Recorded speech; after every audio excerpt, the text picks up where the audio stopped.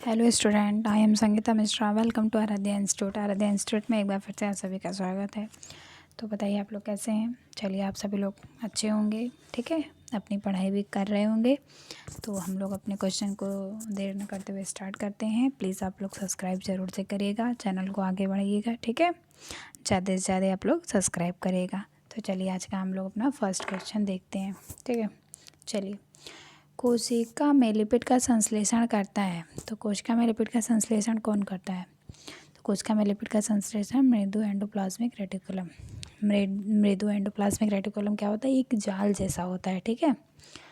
चलिए next question देखिए, स्वयं प्रतिलिपिकारी है। तो हमारा स्वयं प्रतिलिपिकारी कौन है, माइटोकॉन्ड्रिया हमारा स्वयं प्रतिलिपिकारी है।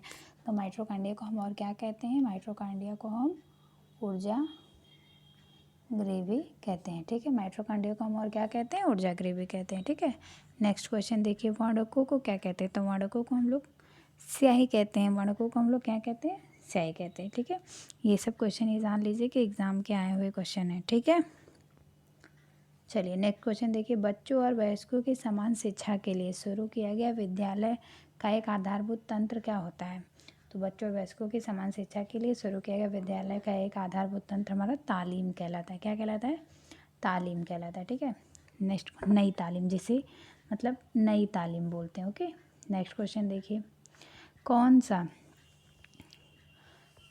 से भोजन उच्चतम गुणवत्ता के, ठीक है, ये भोजन है ना, कौन से भोजन उच्चतम गुणवत्ता के प्रोटीन उपलब्ध कराते हैं। तो हमारा अंडा जो है वो उच्चतम गुणवत्ता का प्रोटीन उपलब्ध कराता है, ठीक है। इसमें कार्बोहाइड्रेट नहीं होते, प्रोटीन होते हैं अंडे में। चलिए देखिए, राष्ट्रीय पोषणिक अनीमिया प्रोफिलैक्सिस कार्यक्रम भारत में कब शुरू किया गया, ये पूछा जा रहा है। राष्ट्रीय पोषणिक अनीमिया प्रोफिलैक्सिस कार्यक्रम भारत में कब शुरू किया गया, तो 1970 में ये शुरू किया गया था, ठीक है। आप लोग इसको अच्छे से अपना लिख के सन वगैरह आप लोग याद करिएगा, ठीक है। नवजात को बताइए, नवजात को हेमोलाइटिक रोग किसके कारण होता है। तो नवजात को हेमोलाइटिक रोग किसके कारण होता है बताइए। तो जब महिला, जैसे कि लेडीज़, ठीक है, जब एक माँ RH नेगेटिव हो और पिता RH पॉजिटिव हो, ठीक है। जब एक महिला RH नेगेटिव होती है और पुरुष RH पॉजिटिव होता है तो ओके, RH नेगेटिव और ये RH पॉजिटिव, ओके, ऐसे रहेगा, ठीक है। जब महिला RH नेगेटिव हो और पुरुष RH पॉजिटिव हो तो हेमोलाइटिक रोग नवजात को होता है, ठीक है। इसीलिए महिला को RH नेगेटिव नहीं होना चाहिए, इसीलिए, ठीक है। नेक्स्ट क्वेश्चन देखिए आप लोग, श्वसन के दौरान गैसों का विनिमय क्या कहलाता है। तो श्वसन के दौरान गैसों का विनिमय हमारा क्या कहलाता है, पराशरण कहलाता है, ओके। श्वसन के दौरान गैसों का विनिमय हमारा क्या कहलाता है, पराशरण कहलाता है। देखिए,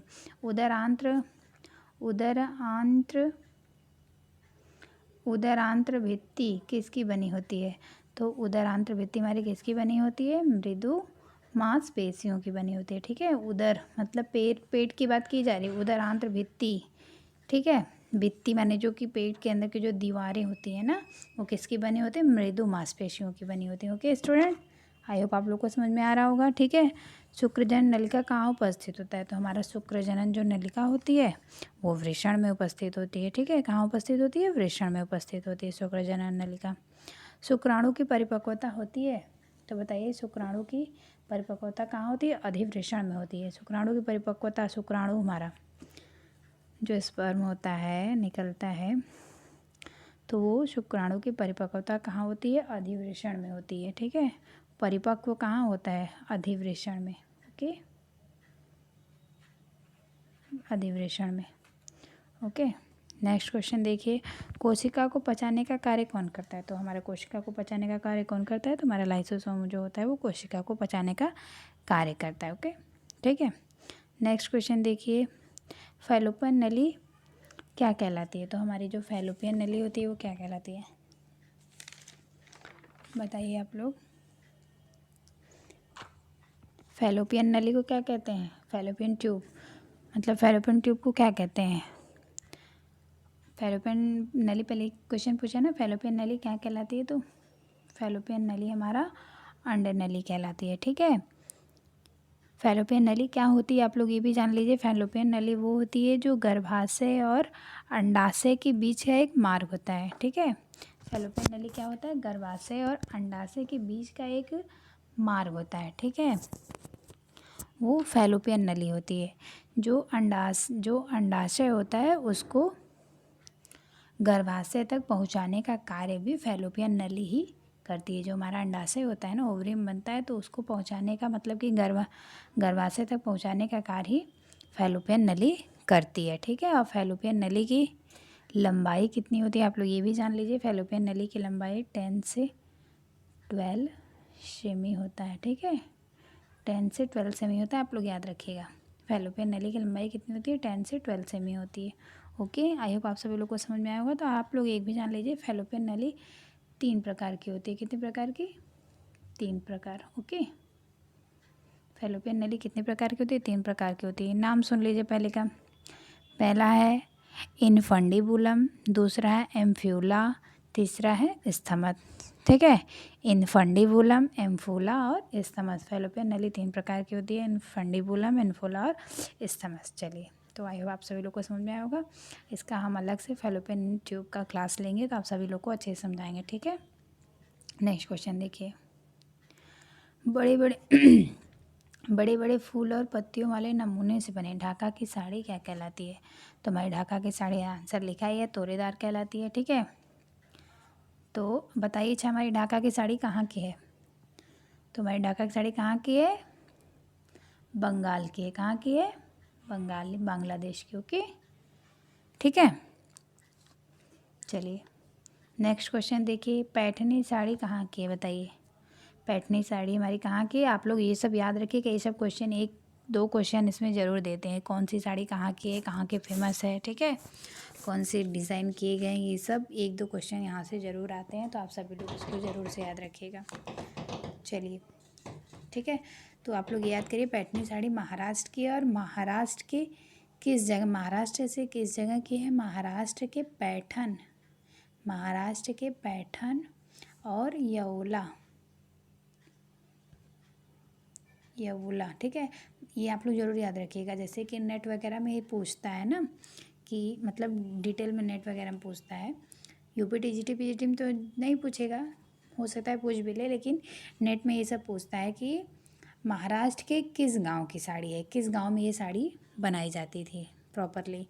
तो महाराष्ट्र के पैठन या यवुला एक गांव है, उसी गांव में ये साड़ी बनाई जाती थी। ठीक है, नेक्स्ट क्वेश्चन देखिए आप लोग। बालूचरी साड़ी कहाँ की है, तो बालूचरी साड़ी हमारी कहाँ की है, तो हमारी बालूचरी कहाँ की है, मुर्शिदाबाद की है। मुर्शिदाबाद कहाँ है, मुर्शिदाबाद पश्चिम बंगाल में है। आप लोग ये भी याद रखिए, मुर्शिदाबाद कहाँ है, पश्चिम बंगाल में। ठीक है, पश्चिम बंगाल में। ओके, पश्चिम बंगाल में ना मुर्शिदाबाद। और मुर्शिदाबाद बालूचरी साड़ी कहाँ की है, मुर्शिदाबाद पश्चिम बंगाल के मुर्शिदाबाद और विष्णुपुर एक जगह है, वहाँ की है। ठीक है, चलिए नेक्स्ट क्वेश्चन देखिए। ब्रोकेड साड़ी कहाँ की है, तो ब्रोकेड आप सभी लोग जानते हैं जरी के लिए प्रसिद्ध है हमारी, तो ये कहाँ की है, बनारस की। ठीक है, जरी के काम के लिए हमारा उत्तर प्रदेश का जो बनारस है वो जाना जाता है। ठीक है, यहाँ सोने और चांदी के तार भी इसमें डाले जाते हैं। ठीक है, नेक्स्ट क्वेश्चन देखिए। कांजीवरम कहाँ की साड़ी है, तो कांजीवरम हमारी तमिलनाडु की बहुत ही फेमस साड़ी है। ठीक है, कांजीवरम कहाँ की साड़ी है, तमिलनाडु की साड़ी है। तो तमिलनाडु के लोग कांजीवरम साड़ी का ही इस्तेमाल करते थे। यहाँ पे शादी समारोह पार्टी में, मतलब कि फेस्टिवल पे ये सब लोग कांजीवरम की ही साड़ी इस्तेमाल करते थे। कांजीवरम क्या है, सिल्क की साड़ी थी। ठीक है, चलिए नेक्स्ट क्वेश्चन देखिए आप सभी लोग।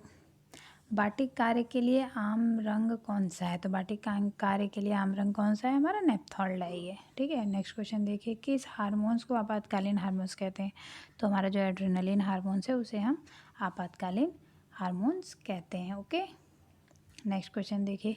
गर्भधारण से 2 सप्ताह की अवस्था हमारी क्या कहलाती है, तो गर्भधारण से 2 सप्ताह की अवस्था हमारी क्या कहलाती है, तो हमारी भ्रूणी अवस्था कहलाती है। क्या कहलाती है, भ्रूणा। देखिए भ्रूणावस्था कहलाती है ना। गर्भधारण से जो 2 सप्ताह की अवस्था होती है हमारी भ्रूणी अवस्था कहलाती है, ठीक है। 3 अवस्था होती है भ्रूणावस्था। आप लोग बताइए कौन कौन सी अवस्था होती हैं। सब मैं ही बताती हूँ, आप लोग कुछ नहीं बताते। बताइए आप लोग, कमेंट करके आप लोग ज़रूर बताइएगा तीनों अवस्थाओं के नाम। एक तो बता दिया मैंने। चलिए नेक्स्ट क्वेश्चन देखिए आप सभी लोग। प्रबंधन के कार्यों के लिए संबंधित है। प्रबंधन कार्यों से कौन संबंधित है? तो हमारे हेनरी फ्रेयल जो है प्रबंधन के कार्यों से संबंधित है। नेक्स्ट क्वेश्चन देखिए। कला के सिद्धांत हैं। तो हमारे कला के सिद्धांत कितने होते हैं? कला के सिद्धांत हमारे 5 होते हैं। और कला के तत्व कितने होते हैं? कला के तत्व हमारे जो होते हैं, तत्व जो होते हैं 7 होते हैं और सिद्धांत जो होते हैं वो 5 होते हैं, ठीक है। तो आप लोग याद रखिएगा, कन्फ्यूज़ मत होइएगा। सिद्धांत अगर पूछ ले तो 5, तत्व पूछ ले तो 7, ठीक है। तो हमारे सिद्धांत कौन कौन से हैं आप लोग बताएंगे, मैं बताऊं? तो जो हमारे सिद्धांत होते हैं, अनुपात होता है, अनुरूपता होता है, संतुलन होता है, बल होता है, ठीक है। तो ये हमारे कला के सिद्धांत होते हैं, ठीक है। नेक्स्ट क्वेश्चन देखिए। गर्भावस्था की सबसे पहली अवस्था कौन सी है? तो गर्भावस्था की सबसे पहली अवस्था कौन सी हमारी है? तो गर्भावस्था की सबसे पहली अवस्था हमारी जाइगोटिक अवस्था है, ठीक है। समझ में आया आप लोगों को? जाइगोटिक अवस्था। चलिए नेक्स्ट क्वेश्चन देखिए।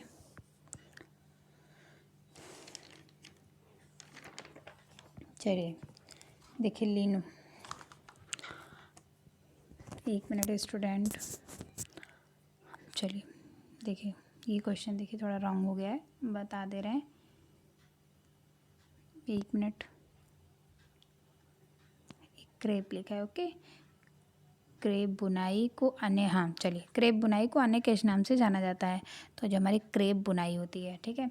क्रेप मतलब क्या? क्रेप बुनाई को क्या कहते हैं? जिस धागे को अधिक ऐंठन, ठीक है, अधिक ऐंठन दी गई हो। जैसे कि कोई धागा उसको खूब ऐंठ दिया जाए, खूब ऐंठ दिया जाए, मरोड़ दिया जाए, उसे क्रेप बुनाई कहते हैं, ठीक है। तो आप लोग याद रखें, क्रेप बुनाई किसे कहते हैं? जिस धागे को अधिक ऐंठन दी हो उसे हम क्रेप बुनाई कहते हैं, ठीक है। और क्रेप बुनाई को अन्य किस नाम से जानते हैं, ये पूछा है। तो क्रेप बुनाई को अन्य हम ग्रेनाइट बुनाई के नाम से जानते हैं, ठीक है।